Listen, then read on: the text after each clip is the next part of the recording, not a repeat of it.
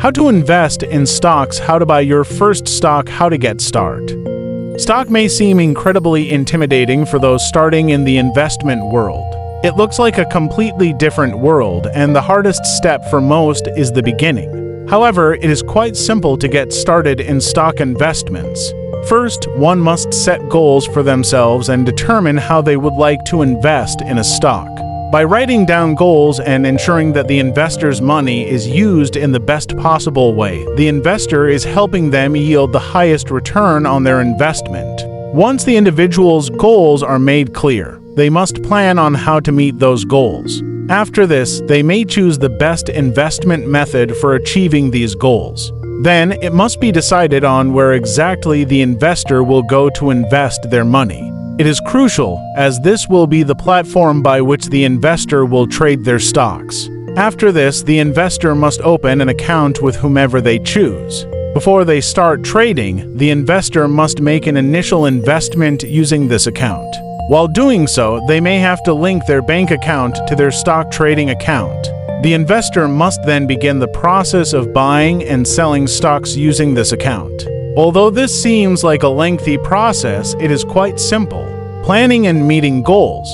Investors must familiarize themselves with their goals. It is quite helpful to write down one's goals in each area and put them somewhere that is easily accessible. It is useful to have measurable goals to reach. This way, there may be a specific period and amount that may be assigned to the targets. It may help to come up with monthly goals. For instance, the investor may start with the purchase of 100 shares of stock in February. They may wish to increase that to 150 shares by March to 100 shares by April, and so on.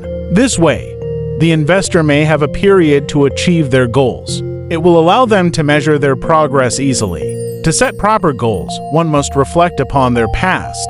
How much will the investor be able to set aside for stock realistically?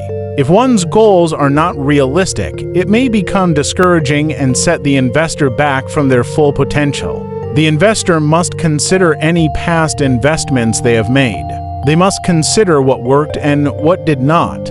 It is crucial to consider income and expenses when investing, and one must also consider any savings goals that one has. This will make it more apparent what may be invested in stocks. Without a clear guide on how to invest, the investor will lack direction. It may lead to spur-of-the-moment decisions, and the investor may regret these choices. There may be some periods where one will not trade, as it won't be as profitable. Perhaps the market is down and the trader does not wish to sell any stock. Perhaps the market is up and the trader does not want to buy any stock. There will be events such as vacations, holidays, stressful events, or emergencies. One must also consider how much money they have. Although it is possible to double one's money in a year, it is not likely for a beginner to do so. One may also choose to invest one time and hold it, or they may choose to invest more into their account often. This time and amount will depend on the investor and their financial situation. The investor must also choose a strategy. They may wish to buy and sell stocks or to buy and hold stocks. They may even consider options trading. Whichever method that the investor chooses, there will be different goals to fit those strategies. Long-term goals may be set to help the investor. Although planning for the following year may help the investor, longer periods may prove even more beneficial. Perhaps the investor wishes to acquire $1 million worth of stock in the succeeding 10 years. Perhaps the investor wishes to save a certain amount for retirement, which they wish to have by the next 25 years. Whatever the end goal is, the investor must make that clear so that they can begin working towards it immediately. Once a proper plan is created for meeting the investor's goals, they may move to the next step, choosing an investment method. After the investor has set goals and created a plan to meet them, it is time to decide on which investment method they wish to pursue. For those that wish to trade on their own completely, the DIY do-it-yourself method is the best fit. The investor may conduct all their trades online, making transfers from the bank manually or automatically. It will allow full control of one's investments. There will also be complete independence over what the investor wishes to buy and sell, how much they wish to trade, and how often they wish to trade. They will, however, need to dedicate time to researching, making any transfers, trading, and other procedures. There is also a higher risk for this choice, as a beginning investor will not have the education that a financial advisor will. They also won't be under the control of a robo-advisor. However, all the profit that is made by the investor will be theirs to keep. They won't have to pay commission and fees outside of any required by the broker that they use.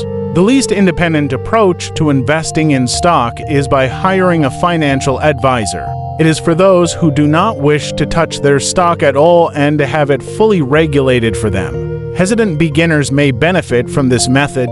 It is important to remember, however, that this method tends to be the costliest. It is most beneficial for those with higher assets and larger portfolios. It is also important to choose an investor that will work to meet the investor's goals, not just the goals of themselves.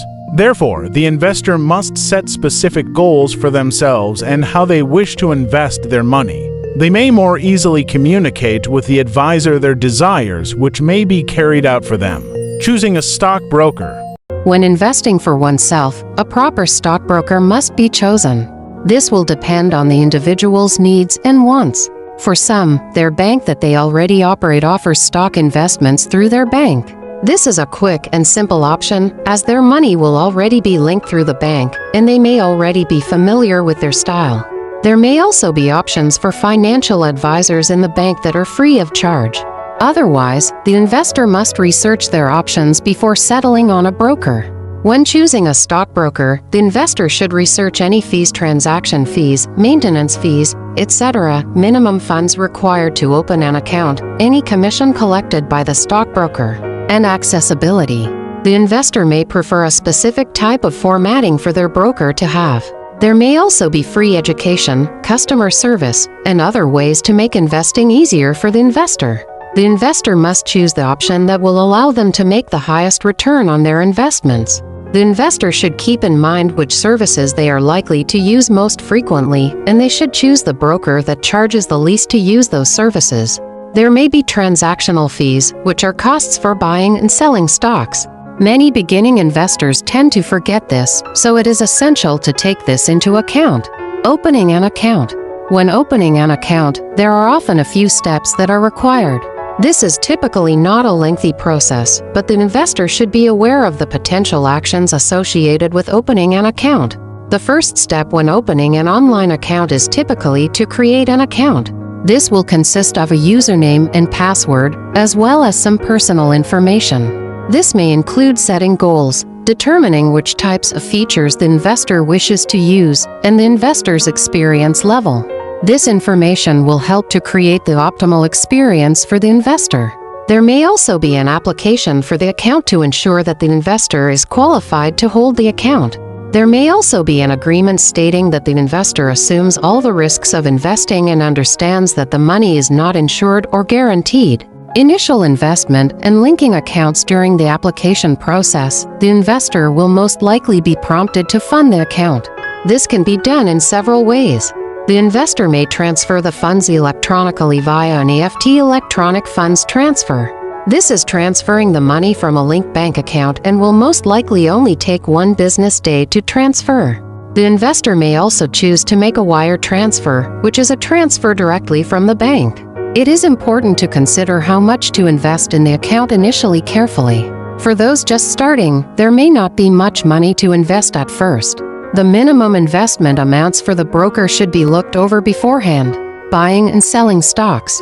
After the investor funds their account, it is time to start trading the stocks. It must be decided what stock, how much of the stock, and how the investor wishes to buy. Once these factors are decided, the investor must buy the stock. It is usually as simple as searching the stock symbol and selecting buy. It is best to wait until the stock is at a low, but the investor must also begin investing as early as possible in experiencing the benefits of investing. When the stock is bought, it would typically take a bit to process and for the broker to receive these funds. After that, It will show up in the online portfolio of the investor. When it is time to sell this stock, the investor may typically visit their portfolio and click sell on the desired stock.